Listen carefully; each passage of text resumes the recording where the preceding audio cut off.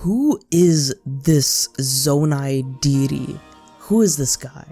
I guess we'll just call him that for now, Zonai deity, but along with this mysterious woman from the recent Tears of the Kingdom trailer, this guy is responsible for some of the biggest mysteries surrounding The Legend of Zelda Tears of the Kingdom and this recent trailer. So let's get to theorizing the identity and the role of this mysterious goat guy and what he's going to be doing in Tears of the Kingdom. Let me know in the comments below who you think he is, and like this video, it helps immensely, and subscribe for more Tears of the Kingdom content like this. We're on the road to hitting 1K subscribers before the end of the year, so help me reach my goal. Anyways, let's continue on with the video. So first of all, guys, remember this? Yeah, these cave paintings. This scary smiling rabbit dude, as we knew him once, all the way back last year in 2022, is most probably the same as this goat guy. But this cave painting is just a stylized and ancient depiction of this deity. As you can see here, this deity is guarding these tears. We see these same tears all across the recent trailer. These could obviously be the titular Tears of the Kingdom that Link must collect, but what purpose do these tears have? But another thing, let's go all the way back to the very first Tears of the Kingdom trailer, back when it was still called the sequel to Breath of the Wild. Look at this arm. Look familiar? No, I'm not talking about Link's arm in the later Tears of the Kingdom trailers. Look at the arm of the deity in the cave painting, and just the overall features. And then look at the deity's arm as he places his hand on Zelda's shoulder. It's the same arm that's holding down Ganondorf, and also the same arm that was attached to Link. Do these tears give this deity the power to hold down Ganondorf, and that's why he's being surrounded by them? That could be possible, because why else would we have to collect these tears again, but to finally, once and for all, seal Ganondorf away? Also, guys, this is a huge deal. This guy's arm is the same arm that attaches to Link. Well, maybe not the exact same arm, but the design motif is nearly identical. So this deity could give us the ability to do all these things like Fuse, Recall, Ultra Hand, and Ascend. So will we see this massive goat guy do all these cool things too? Will we see him fuse his goat fleece to an arrow or something? I don't know. But on top of that, what if he's not only the person who provides us these powers, but he's the one who originated these powers and created them? We don't really get lore on how the Sheikah Slate runes were created. I don't really remember if Age of Calamity explained any of this, but it might be cool if this guy during the events of Tears of the Kingdom's tutorial gives us a little explanation on how these abilities were created and why it relates to the ancient Zonai tribe. But why do we receive this power in the first place? Zelda says this in the trailer. Please, lend him your power. Please lend him your power. I really think she's talking to this goat guy to save Link's corrupted arm. Is this guy gonna be our companion in the quest like the cuff was in Forspoken? Well, let's hope not. But I'm curious how his power allows him to lend Link his own abilities while he's somewhere else entirely in the world, or even in time. There are theories that this scene with Zelda takes place all the way in the past. If so, how and why is this link, no pun intended, happening with our hero and this god? Is this guy breaking the barrier of time to prevent something that he feels responsible for in the past that he doesn't want to happen again in the present or the future? When it comes to this stuff, I think we have very little information to go off of, but there is one thing we know. He is 100% related to the Zonai somewhat, because these Zonai constructs and magical elements give off a very interesting essence. This green essence is something we've seen before. We've seen it in Breath of the Wild with the ghosts and the spirits of the past. Even with the green luminous stones, which are said to contain spirits of the dead. But another character has a similar green aesthetic, and it's the Lord of the Mountain.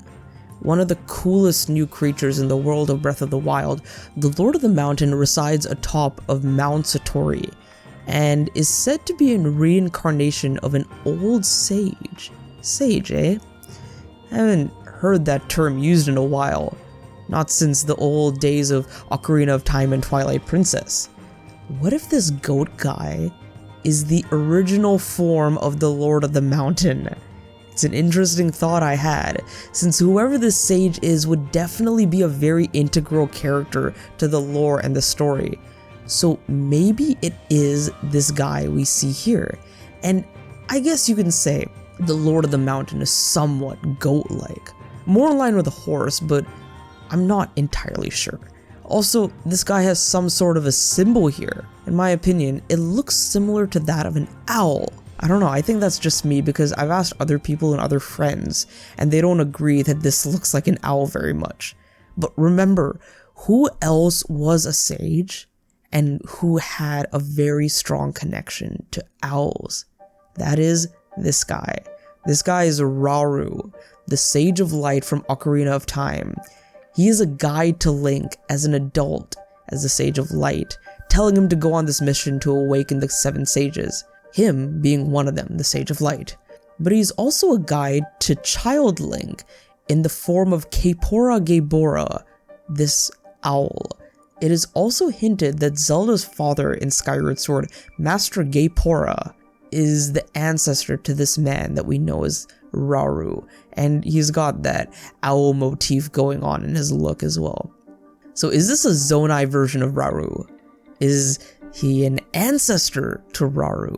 Is Rauru just a name passed down in generations to those who bear the role and responsibility of being the Sage of Light?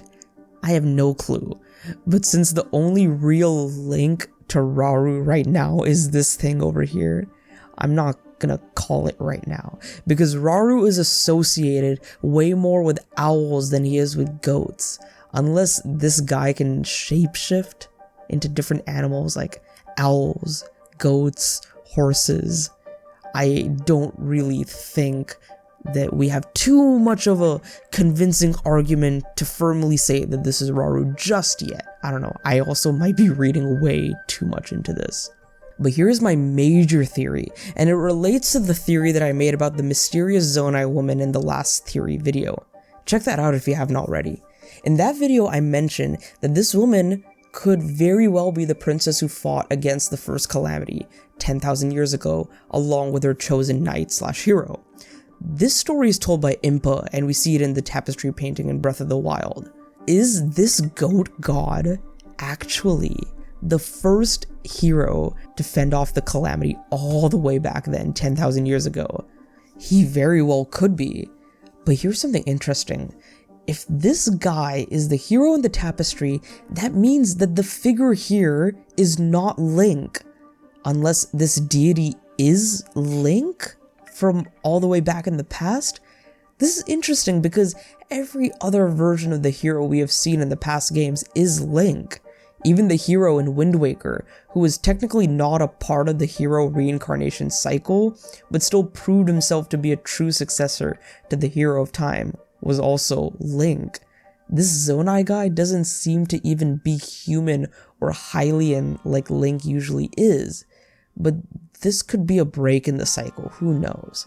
But if these two are the original hero and princess from the tapestry, this could make this image a little more interesting. This image was seen in the September 2022 trailer. Behind the game's logo, we can see the goat guy and the princess lock hands, with 2 tears seen above them. This could also relate to the 2 dragons seen in the logo, but this could be the hero and princess sealing the original calamity as seen in this cave painting.